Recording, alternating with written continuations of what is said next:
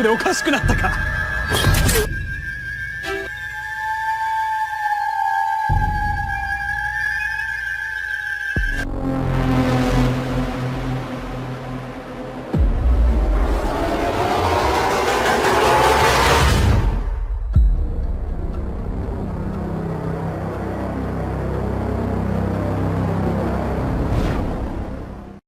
Di akhir film sebelumnya, Raja Qin muda yaitu Yin Zheng akhirnya berhasil mengambil alih kerajaannya kembali dari perang saudara yang disebabkan oleh adiknya sendiri yaitu Cheng Jiao. Tentu saja untuk memenangkan perang saudara ini Yin Zheng tidak sendirian. Ia dibantu oleh Li Xin, seorang budak ahli pedang, dan para orang-orang gunung yang dipimpin oleh Qi Mochi yang Duanhe.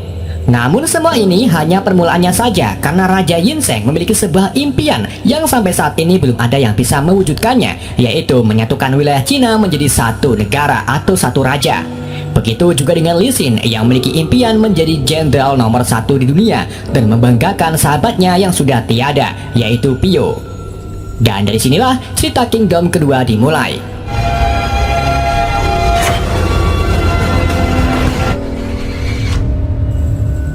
Beberapa minggu setelah memenangkan perang saudara atau tepatnya 245 sebelum Masehi, Raja Yin Zheng yang sedang mengatur strategi di ruangannya tiba-tiba didatangi dua penyusup yang ingin mengakhiri hidup Yin Zheng. Untung saja, beberapa prajurit yang dipimpin oleh Jenderal Chen Wenchu datang membantu Yin Zheng. Namun, dua penyusup itu ternyata ahli dalam bela diri yang membuat para prajurit kewalahan. Hingga akhirnya, seorang ahli pedang dari desa kecil datang menyerang dua penyusup tersebut. Ya, dia adalah Li Xin.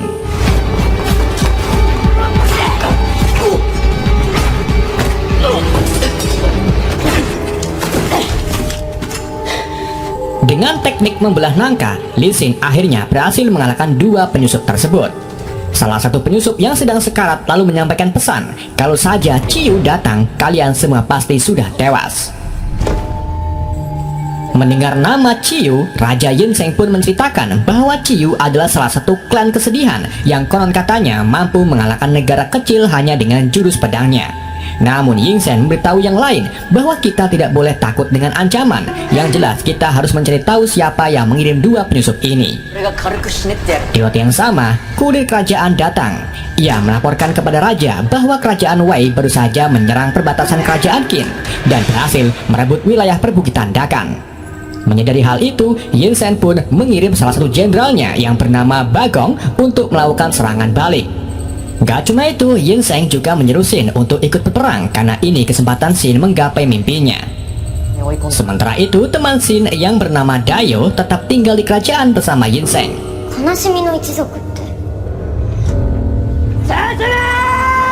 Singkat cerita, Xin kemudian bergabung dengan ribuan pria dari berbagai warga di kerajaan Qin yang digunakan oleh Jenderal Baigong untuk menjadi barisan terdepan karena kebetulan sekali saat ini pasukan Baigong tinggal 5.000 prajurit, sedang pasukan musuh mencapai puluhan ribu prajurit.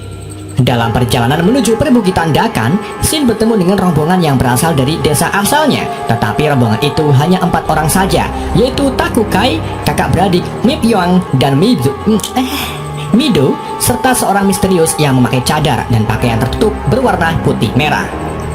Karena orang bercadar itu tak mau memberitahu namanya, maka mereka pun memanggilnya Ite. Rombongan dari setiap warga kemudian berbaris untuk menyambut komandan dinasti Qin yang bernama Well.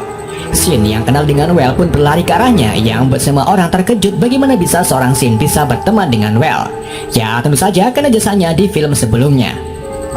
Well kemudian memberitahu Xin bahwa pasukan Wei telah membakar desa di dekat perbukitan Dakan. Mereka berjumlah 90.000 pasukan dan dipimpin oleh salah satu jenderal terbaiknya yaitu Jenderal Panglima Oh Geong.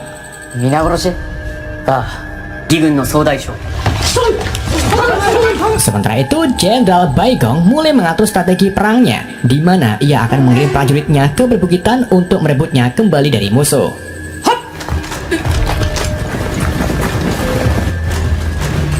Kita kembali ke rombongan para warga, di mana mereka direkan oleh komandan dinasti Qin bernama Pak Hosin yang akan mengatur barisan pertama dan kedua.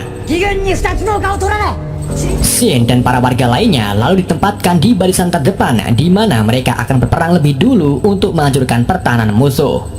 Sementara itu di wilayah musuh, bawahan Jenderal Oh Geong bernama Jenderal Gong Yuan ditugaskan untuk mengatur barisan pertama dan kedua, sama halnya dengan Pak Hosin.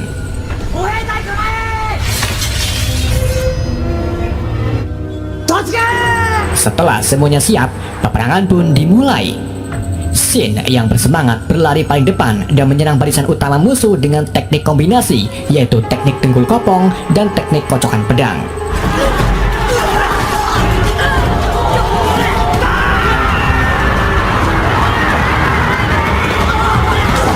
Meskipun para warga minim bela diri, tetapi mereka mampu menjatuhkan puluhan prajurit Wei dengan kekompakan mereka. Shin lalu melihat seorang komandan Wei yang berdiri di atas menara. Ia pun segera menuju ke arahnya dan berhasil mengakhirinya.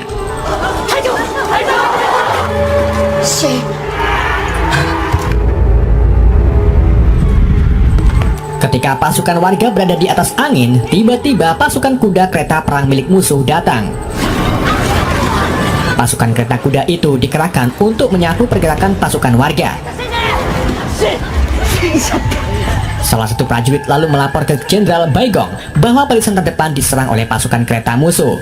Di sini Jenderal Bagong tidak mau memberi bantuan dan tetap mengandalkan pasukan warga yang masih tersisa. Setelah pasukan kereta kuda pertama pergi, Shin dan warga lainnya yang masih hidup membuat gundukan mayat yang akan mereka gunakan untuk menghentikan pergerakan pasukan kereta kedua musuh.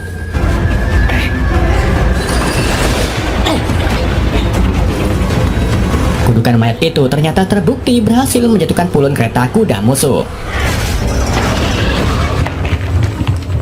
Di sisi lain, Jenderal Chen Wenju di istana kerajaan, Jenderal Chen Wenju yang kini menjadi penasihat kerajaan melaporkan kepada Raja Qin Muda bahwa pasukan warga hanya tinggal puluhan lusin saja.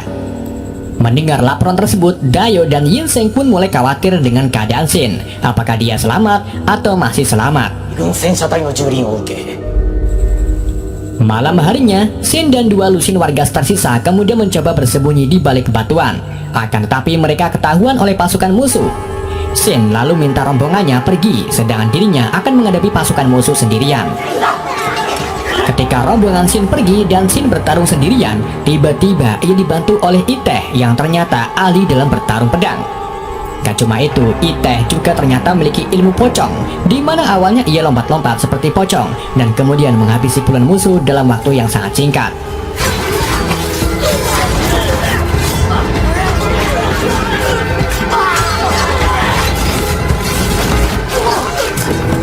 Namun sayangnya salah satu musuh membuka cadar Iteh yang akhirnya membongkar identitas Iteh yang ternyata seorang Kimochi.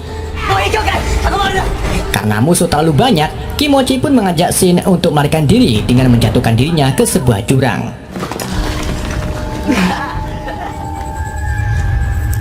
Shin kemudian terbangun dengan luka yang sudah diobati oleh Kimochi.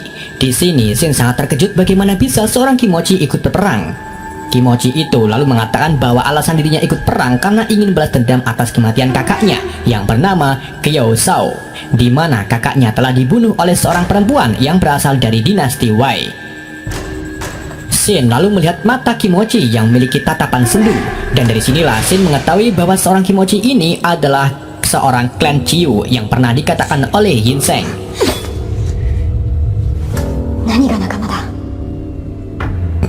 Si Kimochi kemudian memberitahu Shin bahwa Chiyu adalah nama klannya yang artinya klan kesedihan, sedangkan nama aslinya adalah Kyokai. Kyokai lalu menceritakan tentang masa lalunya di mana ia dibesarkan dan dilatih bertarung pedang di dalam klan kesedihan bersama kakaknya yaitu Kiyosao. Hingga pada suatu hari, klan kesedihan membuat ujian terakhir. Ujian itu berupa pertarungan membunuh sampai menyisakan berapa orang saja, dan orang yang masih hidup itu akan dijadikan komandan klan kesedihan. Sebelum ujian dilakukan, Kiyosao bercerita kepada Kyokai bahwa setelah kita menyelesaikan ujian ini, dirinya akan pergi ke sebuah desa bernama Nara. Di sanalah Kiyosao akan mulai hidup baru, tertawa bebas, lalu menikah. Keduanya lalu tidur untuk mengisi tenaga. Namun keesokan harinya, Kyokai bangun kesiangan karena dibius oleh Kiyosao. Ternyata Kiyosao sengaja melakukan ini agar adiknya bisa selamat tanpa mengikuti ujian. Kyokai kemudian melihat puluhan tubuh peserta ujian dan merasa senang karena kakaknya mungkin memenangkan pertarungan. Akan tetapi ternyata Kyokai menemukan tubuh kakaknya yang sudah tiada. Artinya pemenang ujian bukanlah Kyoshao. Kyokai menyadari bahwa yang membunuh kakaknya adalah musuh bebuyutan Kyoshao yang bernama Yurion. Dan kini Kyokai akan balaskan dendam kematian kakaknya. Kyokai memberitahu Shin bahwa dirinya tidak boleh mati terlebih dahulu sebelum mengakhiri Yurion. Akan tapi Shin malah memarahi Kyokai karena dia harus tetap hidup dan mewujudkan mimpi kakaknya, yaitu hidup bebas dan menikah. Kyokai. Keesokan harinya, Shin dan Kyokai bergabung kembali dengan rombongan warga tersisa yang bersembunyi di atas jurang. Mereka kemudian melihat pasukan musuh telah menghabisi barisan terdepan pasukan Qin. Salah satu warga menyarankan rombongan untuk melarikan diri, tetapi saran itu langsung ditolak oleh Shin yang malah memerintahkan mereka untuk menyerang salah satu bukit yang mana di atasnya terdapat Jenderal Gong Yuan. Shin dan lainnya lalu berlari menuju ke bukit tersebut, tetapi mereka dihadang oleh ratusan prajurit musuh. Penyerangan Shin akhirnya diketahui oleh Jenderal Gong Yuan yang memerintahkan 2.000 pasukannya untuk berjaga di tengah-tengah bukit. Sementara itu, Jenderal Baigong mendapati laporan bahwa puluhan warga telah mencapai kaki bukit tempat Jenderal Gong Yuan berada. Jenderal Baigong pun terkejut dan akhirnya memerintahkan barisan kedua dan ketiga yang dipimpin oleh Komandan Park Ho-shin untuk turun ke medan perang.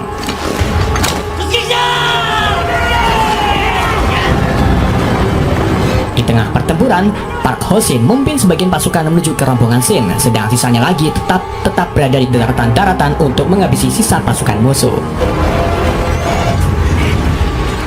Park Ho-shin akhirnya bertemu dengan Shin. Ia bangga kepada Shin yang sanggup membawa warga tersisa tanpa ada yang tewas. Mereka lalu bersama-sama menyerang 2.000 pasukan yang ada di tengah perbukitan.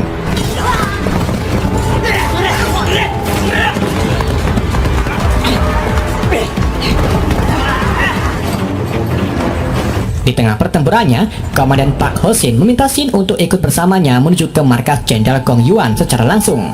Tetapi Shin tidak enak dengan teman-temannya yang telah berjuang sampai sejauh ini.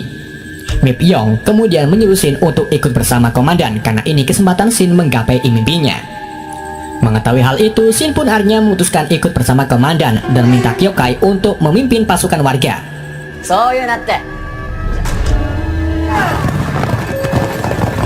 Setelah Shin, Park Ho-shin dan prajurit lainnya pergi ke atas bukit, Kyokai berjuang mati-matian untuk melindungi rombongannya.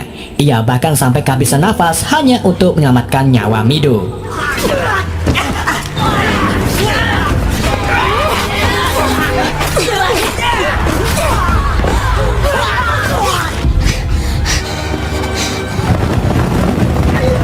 Shin dan Park Ho-shin akhirnya sampai di atas bukit. Akan tetapi mereka diserang oleh pasukan anak panah Komandan Huang. Anak panah tersebut berhasil mengenai tubuh Park Ho-shin, tetapi Park sangat tangguh dan tidak tumbang. Sedangkan Shin terus menangkis anak panah dari Huang sampai akhirnya Shin berhasil mencapai markas dan mengakhiri Komandan Huang.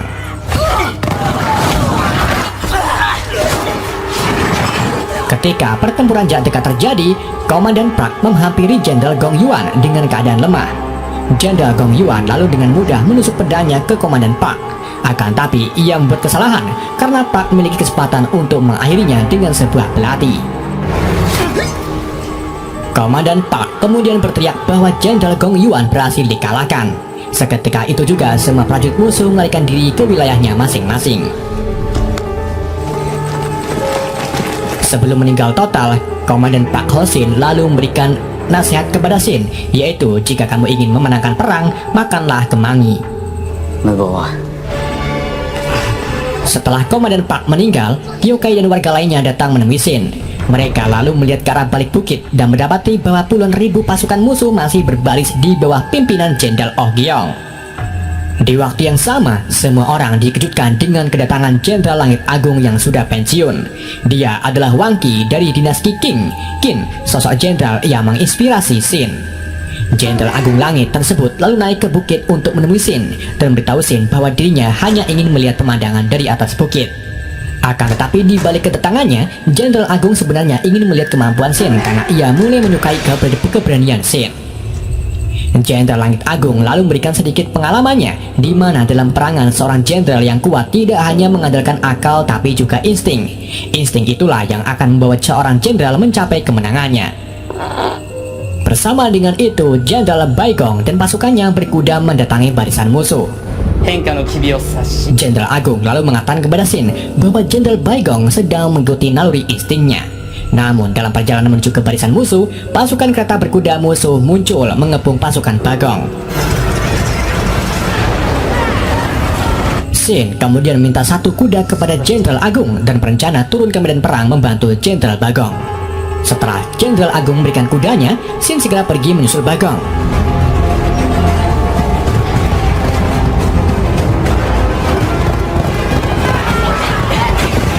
Dalam perjalanannya, Shin berhasil menyingkirkan beberapa pasukan kereta kuda yang membuat Jenderal Bagong terkesan dengan keberanian Shin.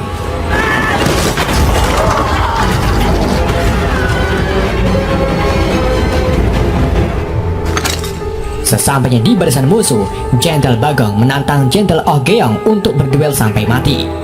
Jenderal Oh Geong pun menujuinya dan perduelan antara kedua pun dimulai.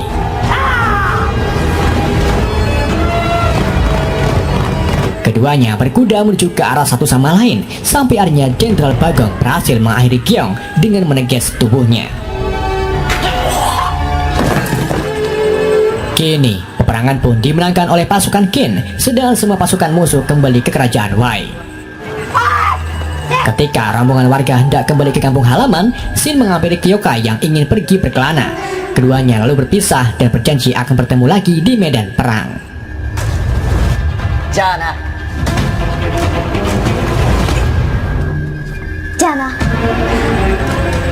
Shin kemudian kembali ke istana kerajaan Qin, di mana ia disambut oleh Raja Yinseng dan temannya Dayo. Di sana, Dayo memberitahu Shin bahwa mulai sekarang dirinya akan membantu Raja Yinseng dalam mengatur rencana menyatukan wilayah Cina.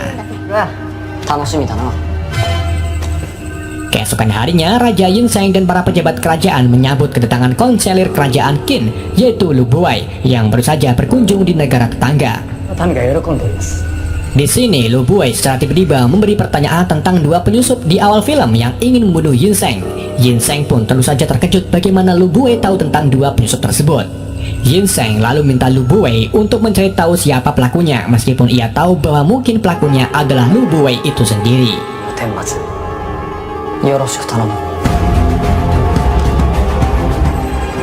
Di adegan awal kredit, kita diperlihatkan Shin yang diantar oleh seseorang ke istana Jenderal Langit Agung. Shin memberitahu orang itu bahwa dirinya akan berguru dengan Jenderal Langit Agung.